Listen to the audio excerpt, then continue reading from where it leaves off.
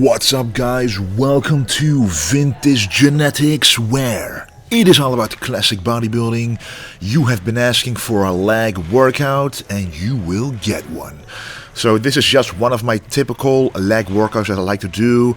I am on my own during this workout, so I wasn't able to, go beyond failure on some exercises, because literally without a spotter there, you cannot, for example, have someone help you push up the leg press or do some extra reps on this laying leg curl, for example. But that doesn't matter, because you can still have a very intense workout for sure, and I'm going to show you that in this video. So first, we're going to start out with the lying leg curl. I always start out with a hamstring exercise to isolate it. So it's either, because in my gym I only have a laying leg curl, so it's either a unilateral laying leg curl or a leg curl like this with two legs at the same time. And what I like to do is, when I go upwards, I like to contract the inner part of my hamstrings, because that also involves the adductors, and you will actually then have an inner thigh that will look bigger. So what I want to do is really have those the insides of the hamstrings look bigger, so that my legs up here have the illusion to be bigger as well. So hamstrings have always been the weakest point in my legs and my glutes as well, so that's why I'm targeting them at the very beginning. And what I like to do is quite a lot of volume combined with quite a lot of weight as well. Trust me, this laying leg curl is very heavy. It's an old school machine. It's like 20 years old, and the weight that you're actually curling is the actual weight you're curling. Some machines you can do like 80 kilos, no problem. Trust me, 55 kilos on this one really feels extremely heavy, as it should. And you can also do full range of motion here, which is one of the most important things if you have a lacking hamstrings. If you don't go through full range of motion, that is a reason probably why they are lacking in the first place. So I'm going all the way down and all the way up to fully stretch and fully contract those hamstrings, getting as much blood in there as possible.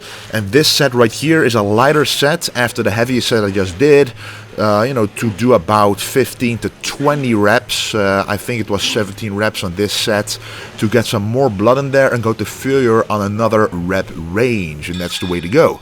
So you just saw that the last rep was only halfway. If I had a spotter, he will be able to push 3 more force reps out there. So that's usually what I like during a leg curl, to really go all out. But doing a heavy set to failure and then another lighter set to failure really does put a lot of blood in those hamstrings, a lot of muscle tension there to make them grow.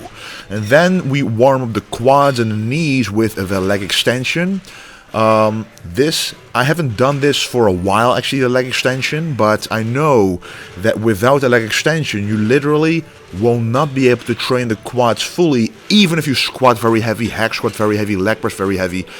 All of those compound exercises don't hit a certain part of the quads the way that a leg extension does. So if you never do a leg extension, even though it's a light isolation exercise, you will not fully develop the quads as they could develop with a leg extension. So trust me, always do it, and pretty much go to failure on every single time you do it. So if you don't go to failure, an exercise is pretty much wasted, unless you're literally using it to only warm up the knees because you have tendonitis or some knee pain. But I like to go to failure at least on the last set. And with failure, I mean because this exercise is really sensitive on the knees if you go heavy into failure. So with failure, I mean that you literally cannot do a complete rep anymore. If they look way too sloppy, you can still do a couple of reps, but it won't transfer the tension to the leg. It will transfer it to other parts. Plus, you're using a lot of momentum anyway, and that's not what you want. So that's why I like to do a leg extension, to really focus on building that part of the quads that you can't build with a squat exercise. So this is the first compound movement that I'm doing for the legs. It is the ATX belt squat, and honestly, it's one of my favorite leg exercises I can possibly do. Why? Well, to be honest, I did a leg press like a few weeks ago, like 2 weeks ago. Since I'm in a lean bulk, strength is skyrocketing, especially on exercises like the leg press, so I was able to go heavier and heavier. And every single workout, the previous weight felt light to me. So if I would go to failure with 400 kilos for 10 reps, the next workout, 400 kilos, would feel pretty light, and I was able to move on to a heavier weight. So I went to about 450 kilos. Now the weight, the amount of weight on a leg press doesn't matter because there are literally 1,000 different ones, so the weight doesn't really say much. But to me, 450 kilos was like a challenging weight, but still pretty doable. But what I did, and the mistake I made, is I put my feet up too high on the leg press. And just imagine in your head right now, if you put your feet up high on the leg press pad and then go as low as you can, because I like full range of motion, what happens to your lower back is that it actually starts to curl up, starts to bend the wrong way. So you have a rounded lower back on the bottom with so much weight pressing on top of it, it kind of, snapped my lower back just a little bit. And the moment I felt that, I pushed, I luckily pushed it up for one more rep, and then I wasn't able to walk properly anymore for like a few days. I already had this injury a few years ago because I squatted too heavy, and literally it was like 7 years ago when I was inexperienced. I did a squat way too heavy, went too low for my for my height, basically, because I was trying to force myself below parallel, which for me in that particular movement is almost impossible. So my lower back hurt then as well.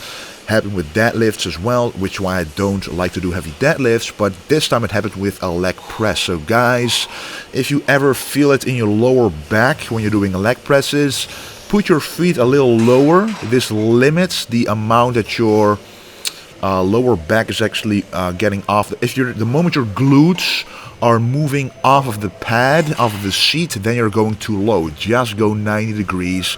Put your feet lower. It actually targets the quads more, because the more you want to target those glutes, the more your lower back will eventually be involved, and that will be simply dangerous to do.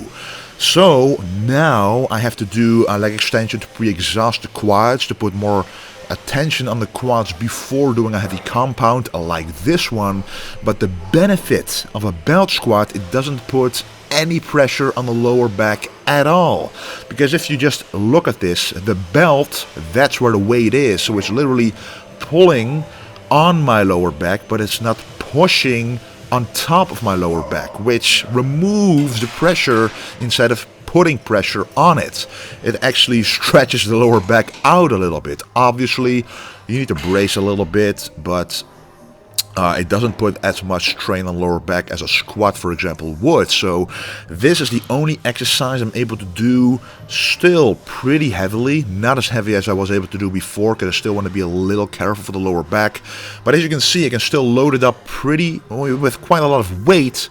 And I'm able to do this exercise, really tiring out those legs without feeling the lower back, which is a blessing to me. So this exercise has already been a staple in my workouts, but now it really is a standard exercise I like to do. And this, again, just like with the leg curl, is a lighter set, which I try to do around 20 reps with a lighter weight after the heaviest set I pretty much went to failure with, to fatigue those muscles even more, the quads, in a different rep range for maximum growth. So this is the dreaded leg press I was talking about. It was going really, really well, but don't let anything like this demotivate you if it happens to you. For example, people have it when doing a bench press, their shoulder starts to hurt, you cannot go as heavy. Just choose different exercises that do suit your body and that you're still able to go heavy with without feeling the pain. So as you can see, I already put my feet lower up on the pad.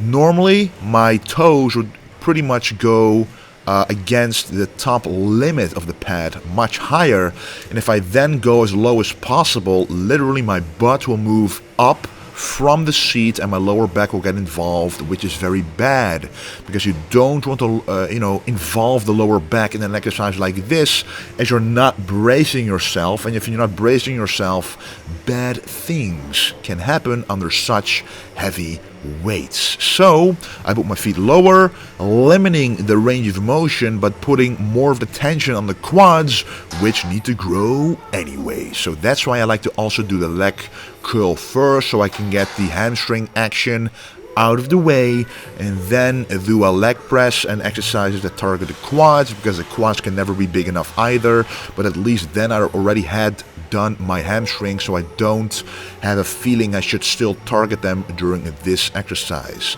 As you can see, I'm pretty much going 90 degrees down, and in my opinion on a leg press there's no need to go much lower. I did go lower in the past, but as I said, injuries might happen there if you're quite tall like me, and if your lower back isn't as flexible. So just keep that in mind. And as you can see, I'm also wearing knee sleeves. Knee sleeves don't help in pushing the weight, but they actually help protect your joints. These knee sleeves are actually the largest ones, double XL from Ray-Ban. They're very nice, and they protect the joints by actually squeezing the joints, forcing them in place, not leaving any space in between. And that causes the joints to be warmer, more compact, more stable, and it will lessen any pain you might have. I don't really have, well, I had a little bit of knee pain in the right knee only on hack squats. So when I started to use these, the pain went away, but I mostly like to use it as a preventative tool before it gets out of hand, because I was getting quite strong on the hack squat and this leg press, and I didn't use any protection at all, which a lot of people do like to use. So in a leg workout, I like to do nowadays some pre-exhaustion work to work on my weak points, to have all my energy left to put as much in them as possible in those exercises, in those reps. And then I like to do at least 2 heavy compound exercises, going until failure, to failure as much as you can when you're alone, to be safe. But then really go very intense on those. And then, because my hamstrings are a weak point, I like to do another hamstring exercise. And the hamstrings can be trained in at least 2 different ways. One way is the curl way, that you really contract those hamstrings, but the other way is the stretch way, where you use a hip hinge exercise like this to stretch the hamstrings out. Also involves a little bit of the glutes, but then you actually target the hamstring differently, and because you already pumped them up from the previous exercises, this stretch exercise is that much more effective. So what I like to call this is a Uni-Lateral Romanian Deadlift with a dumbbell. I see some people who aren't really bodybuilders, who do this more for health and balance, do this without holding on to something, but because I really want to isolate only that muscle and not have to worry about balancing myself, I like to hold on to something. Here I'm just holding on to the side of the leg press to be stable, to keep my upper body stable, so I can actually use one leg and focus on the stretch in the hamstring. So what you want to focus on when doing this exercise is not just go up and down, but you actually want to focus on pushing your hip back as you go down until you feel the maximum stretch in the hamstrings, and then use your glutes to come back up. And you can see here from this interesting view that the glutes are involved. The moment that I go upwards, I contract the glutes, helping my body to go up, and this eliminates a lot of pressure from the lower back. And also I'm doing this unilaterally exactly for that reason. It puts less pressure on the lower back. You're able to use less weight for the movement, but still put a lot of pressure and tension on that hamstring that you want to target. Alright, and now it's time for a calf exercise. Usually when I do a leg press, there's already some plates on there. And whenever you're in the gym and no one has used a leg press yet, in most cases you have to clean up your equipment in the gym which you should do, especially when it's just a regular commercial gym where other people are working out as well. But here, obviously, I'm working out alone, so the weight that was still on the leg press, I like to use for the calf press later on in the workout. So here I'm putting my feet about shoulder width, maybe a little bit closer together, warming up with 20 reps with the 170 kilograms I used for the unilateral leg press, full range of motion, going all the way down, stretching the calf, which is one of the most important aspects about making your calves grow, and then going all the way up with pretty much with pushing the weight upwards to contract the calves to the max as well. Here I'm putting my feet just a little bit closer. The closer that you put your feet on the calf press or calf raise, the more of the outside of the calf you are training. That's why I always like to start out my calf exercises with a closer stance. So I'm targeting that outside of the calf, which for me is the weak point in my calves. Even though my calves are quite a strong point compared to the rest of my body, I still can sculpt it the way that I want it to be formed. And for me, the outside I want a little bit bigger relative to the inside, because the inside is quite large already. And here I'm using, just a third set of this calf press, I call it. I put my feet a little wider than shoulder width, and this clearly targets the inside of the calves more. I took off the knee sleeve. You can see the contraction and the stretch in the calves a little bit more.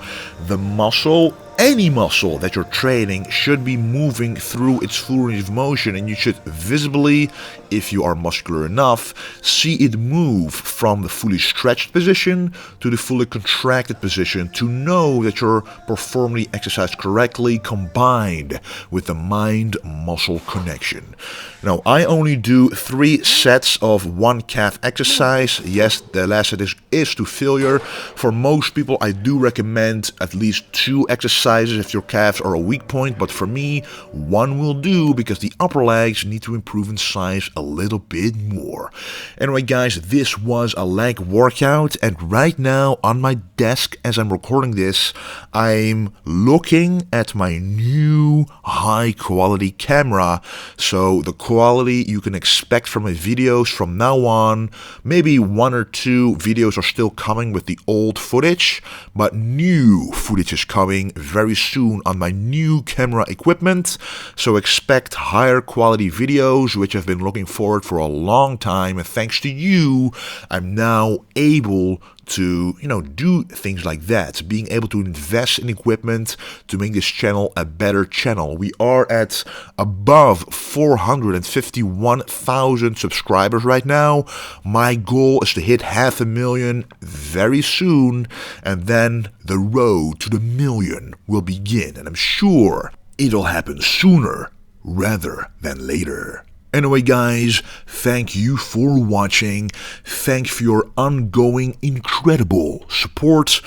Thank you for watching once more, and don't forget to stay golden.